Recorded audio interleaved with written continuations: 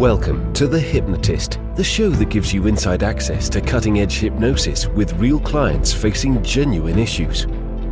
Brought to you by the hypnotherapist demanded by celebrities, CEOs, and even royalty, Adam Cox.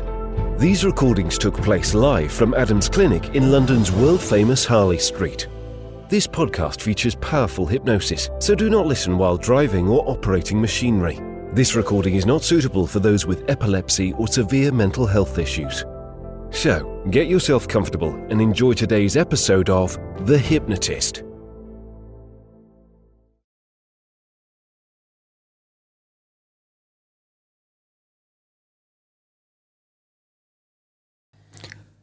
Hi, it's Adam here, and in this episode of The Hypnotist, you're going to be listening to a hypnosis session that was created for a client that would sabotage their attempts to lose weight.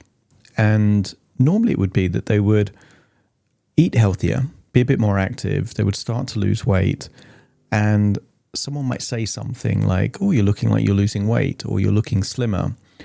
And that would create a form of anxiety that would lead to binge eating. And what was evident with this particular client is that there was an incident in their past where they very nearly got very seriously attacked, assaulted, and there was a belief system that by being slim, they were either more likely to be targeted or more vulnerable in that particular situation. So what you're going to hear in this hypnosis session is an element of desensitizing trauma, so to actually take the trauma away from that incident from the past. And it was a long time ago, but sometimes things can happen decades ago that still affect people and decisions and emotions in the present, but also creating a new perception. So the perception back then was, well, if I avoid certain situations and I am bigger, then I'm going to be safer. And that wasn't necessarily a true evaluation, but it's the evaluation that was formed at that particular point. What was important in this session is to introduce a new evaluation. And that evaluation is that if they were fitter, stronger, more accomplished or more confident, more resourceful in many ways, that would also keep them safer and perhaps even more safer than just being discreet or kind of hidden away. So there's a few things going on here, but the reason why I think this session is an important session to share is that I've been doing hypnotherapy and particularly weight loss hypnotherapy for about 8 years now. And in many cases with women, but also with men, overeating is a form of protection. It gives protection from many things that could be linked with emotional harm or vulnerability. I've worked with people that have overeaten to avoid being in relationships or overeaten to feel like they would be safer. So it's a very common thing. And it doesn't necessarily make logical sense, but it certainly feels like it makes emotional sense. So this particular hypnosis session is designed to help change the perception so that eating, and particularly binge eating, is no longer the right approach to deal with whatever these perceived threats are, and that by becoming more confident, resourceful, and active, you're better off that way. If you feel that this has been useful, but perhaps not tailored enough to you, there is, as always, a link in the show notes for you to schedule a free consultation call with me. But you might find that even though it was created for a specific individual, there are enough components of this to help you in your situation. In which case, find a quiet place where you won't be disturbed, relax, and enjoy the session.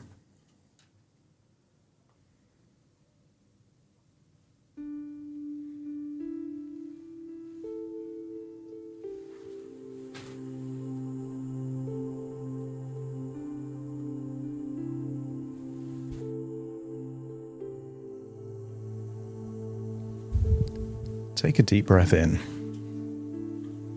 As you breathe in, just imagine breathing in a resourceful feeling of relaxation. And as you exhale, just allow any feelings of worry or stress to leave your body in your outward breath.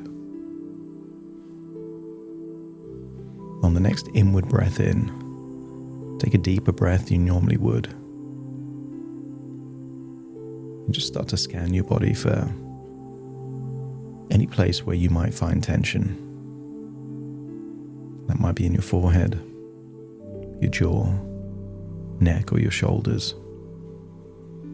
So as you breathe in and breathe out, I want you to imagine what it would be like for any tension to feel like it's melting away.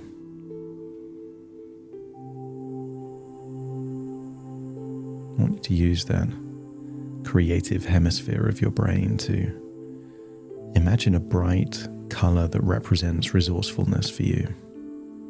Maybe a bright yellow or orange. And as you breathe in through your nose, imagine a really bright, vibrant color of resourcefulness going into your lungs. And just imagine what it would be like for your heart to take that feeling of resourcefulness and to distribute it to every cell in your body. And in the same way that you breathe in oxygen and you exhale carbon dioxide, I want you to imagine you're breathing in this resourceful feeling of relaxation. But as you exhale, any feelings of stress, tension, or worry that isn't necessary for you is feeling like it's leaving your body in that outward breath. So simply by breathing in and breathing out, you can consider this an emotional transfusion. What your body needs is going in, and what it's ready to let go of is feeling like it's leaving that body. That's it, enabling you to feel deeper and deeper relaxed. And I want you to create an image in your mind of a helium balloon on a string.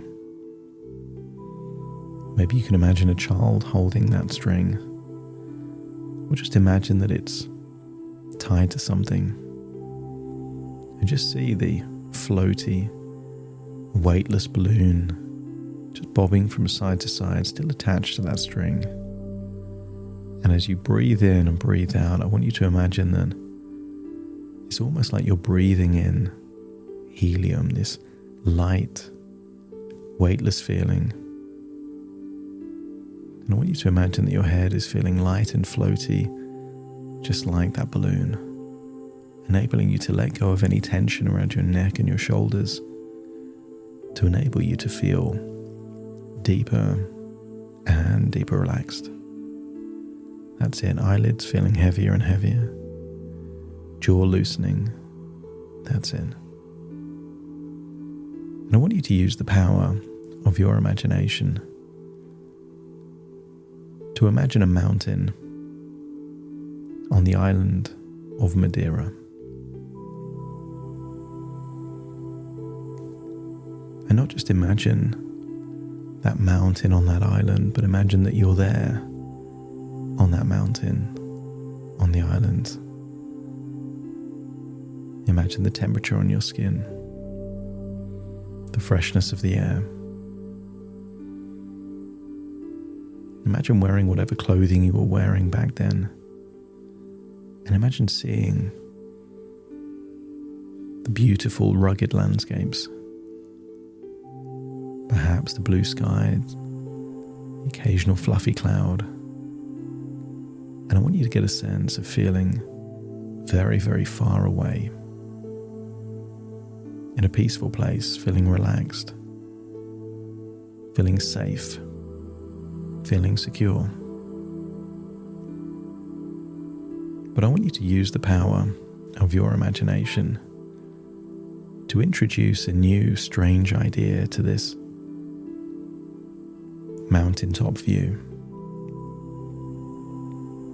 Just in your imagination, imagine a giant cinema screen hovering in the sky.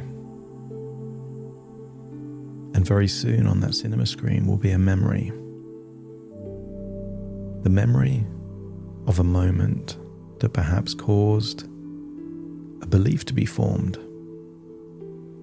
belief that was designed to keep you safe, to protect you. And sometimes we create an idea of what it takes to feel safe. Before we go back to your memory, I want you to imagine looking at that screen and seeing a woman get mugged while she was walking on a street late at night. But I want you to imagine that there are two ways that that woman can deal with that situation. One is to avoid and hide, to come to the conclusion never to leave their home alone at night. And the second version of that woman is for her to become more resourceful, maybe learn defense, maybe have a panic alarm. And I want you to get a sense that there is always two options when something dangerous happens: to retreat and hide, or to become more confident and more resourceful. So I want you to wipe that screen and then imagine a memory is starting to form of a time in your life where a seed of an idea was planted, but the seed was the wrong seed. A seed was planted to create an idea of what it would take for you not to be a victim. But sometimes the goal is not to not be a victim, but to be the very best version of you. The version of you that doesn't need to hide, avoid, worry about judgment. So I want you to create an image on that screen of a time in your life where you feel that a seed of an idea was planted that was designed to make you feel safe. And at the point where you can imagine seeing that moment from your past on that screen, let me know by nodding your head. And I want you to imagine just there on a screen, it's in the past. You're seeing it like you're watching a movie hovering on a cinema screen in the sky by the side of a Madeira mountain. I want you to imagine observing it like it was being filmed. Observe the moments that led up to that moment, what happened, and how the situation was resolved. And when you feel like you've got a good recollection of what happened and you're seeing it through that third-party lens, let me know by nodding your head. And I want you to imagine at some point after that moment, I want you to picture a time where that version of you, perhaps just 18 years old, was by yourself, no one else around. And when you can see that version of you after the event happened, while you're still trying to make sense, when you can see that version of you all alone, let me know by nodding your head. And I want you to imagine that you're about to hover up from the side of a mountain and fly through that cinema screen to go back in time to that point where you can see yourself back then, perhaps still shaken, upset. And when people are sad and upset, they're looking for answers. Lots of intuitive questions pop up in their inner dialogue. But sometimes the answers to the question may feel useful, but they're not true. And I'm wondering if back then in that moment, this younger version of you, in making sense of this unfair, unwanted thing that happened, formed a belief that was maybe helpful in one area of your life, maybe gave you more time to focus on your career, but at the same time deprived you of valuable human connection, deprived you of self-confidence and self-esteem. So I want you to imagine you're perhaps there in a room with this younger version of you, but with all the wisdom that you have. Let this younger version of you know that they're about to make a false evaluation. But I want you to share knowledge that only you would know about their life, to convince this younger version of you that you are them from the future. Secrets that only you would know, experiences that only you had. And when you've convinced this younger version of you that you are them from the future, let me know by nodding your head.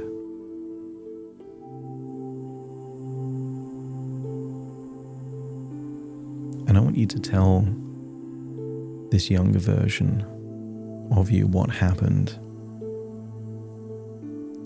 Tell them it wasn't fair, it wasn't right, it wasn't justified.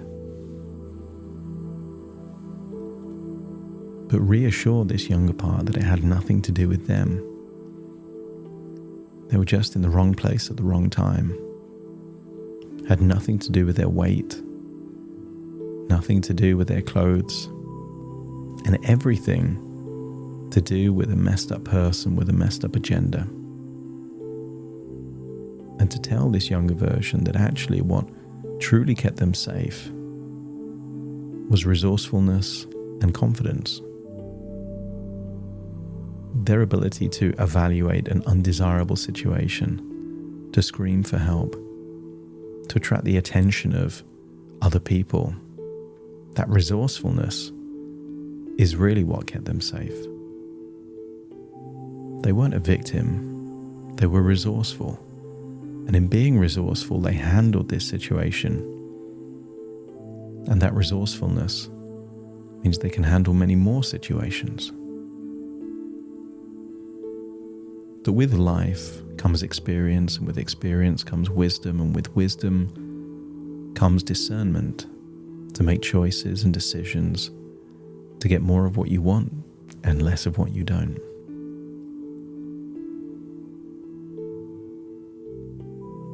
I want you to imagine that we're going to rewind that memory before it happened, only it is now this younger version of you plus you at your current age. But I want you to imagine that you've done 4 years of jiu-jitsu.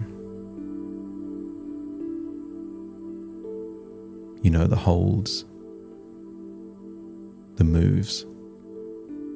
And I want you to imagine that you are going to be there when the same thing happens, but with an additional resource. You have more age, experience, but also the ability to protect using those resources. Rewind the memory and then allow the same things to happen to begin with. There's this younger version of you, but then there's the current version of you, but just imagine you have 4 years of jiu-jitsu experience. And when the person does exactly what they did before, you're suddenly there with those additional skills, but with confidence, resourcefulness. And I want you to imagine that you are submitting this person quickly. This person no longer can run away. They are in a position where they can't do anything. And maybe there's an elderly couple and they're able to get help from the police. And when the police finally come, they arrest this person, which means this person had a consequence for their actions, but also perhaps was prevented from doing many other things in the future. And I want you to look at the face of this younger version of you witnessing what happened, where a new evaluation is being formed. That being resourceful is the most effective way to keep you safe. By having the energy, the confidence, knowledge and skills resourcefulness is the real solution. I want you to rewind it again, but this time, change the perspective. You're now in the body of this younger version of you, but you can see the older version of you. But I want you to see yourself being older, slimmer, but skilled in this particular martial art. The same thing happens. There is no fear, there is no anxiety, because you know what's about to happen. And at the moment that anything happens, the scream is not an anxious scream. The scream is a confident scream. A scream of, let's do this. The attack is now an ambush. And then I want you to see that older version of you, slim, competent, resolving the situation quickly, efficiently. And you can't help but form the evaluation. The strategy here is not to hide in the shadows. The strategy is to be the best possible version of yourself, and that protects you, empowers you, turns you into a superhero that can deal with whatever life throws at you.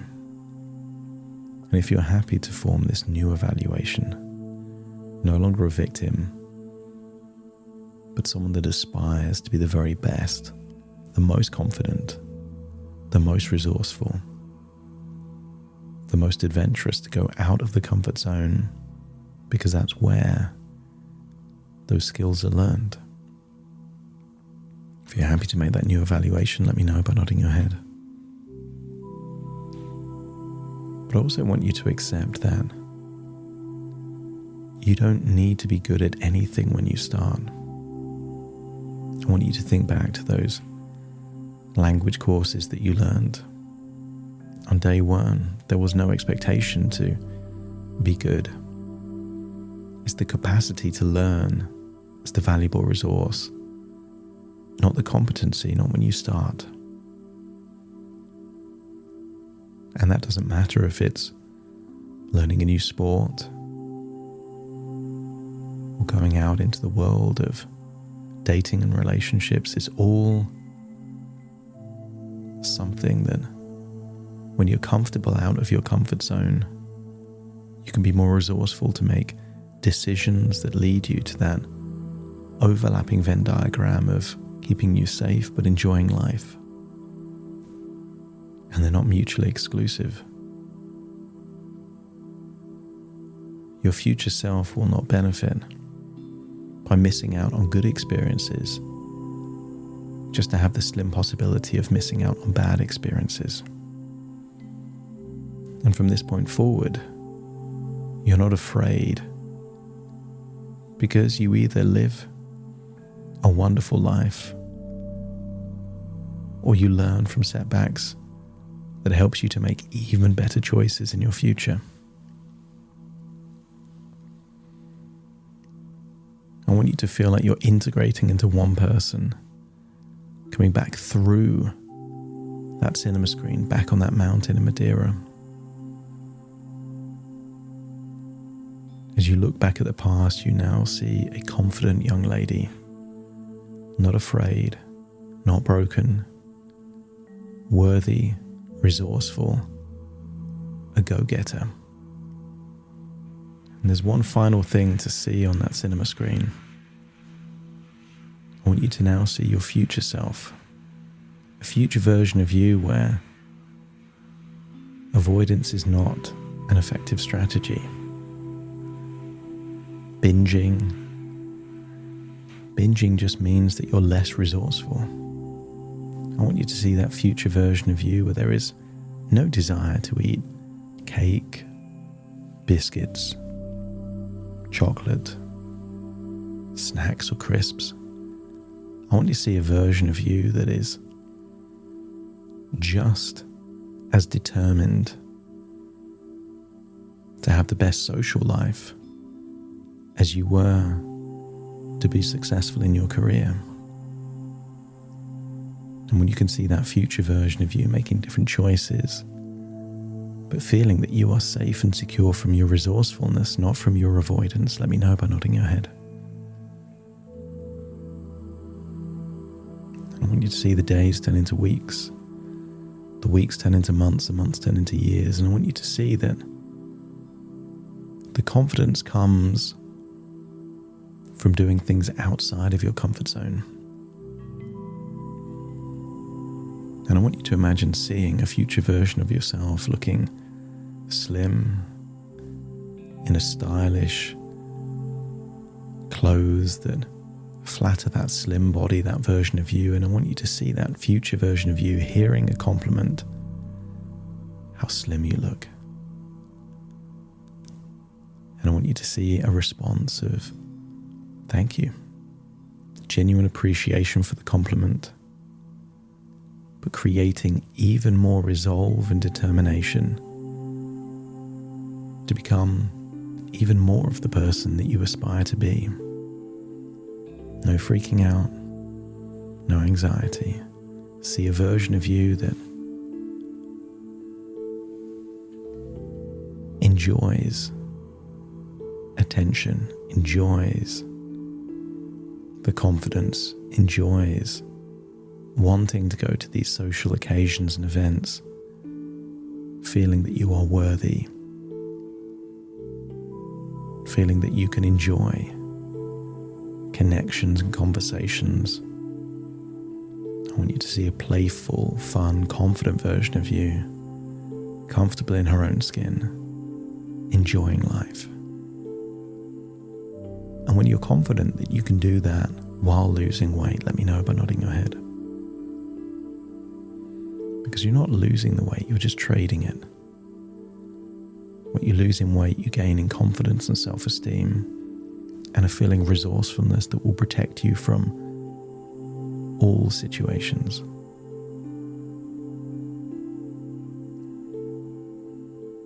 I want you to see this cinema screen in the Madeira sky just disappear. But you're left feeling that resourcefulness is your protection, not avoidance. Take a deep breath in through your nose and out through your nose. Feel like you're returning to the present, no longer on a Madeira mountain, but listening to my voice firmly in this point in time. Wiggle your fingers, wiggle your toes, get a sense that you're fully integrating into your body right now.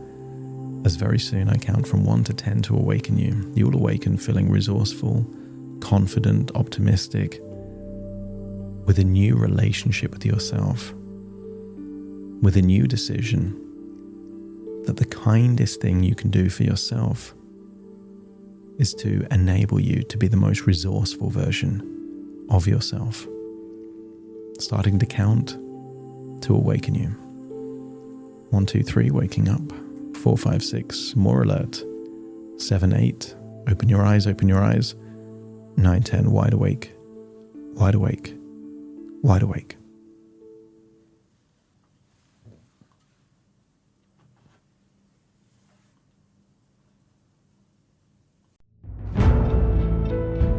Thank you for listening to The Hypnotist with Adam Cox, the show that gives you inside access to cutting-edge hypnosis with real clients facing genuine issues. To automatically receive the latest episodes, please subscribe. If you'd like to support the show, please share this episode with just one friend you think it could help. And if this episode helped you, please leave us a 5-star review.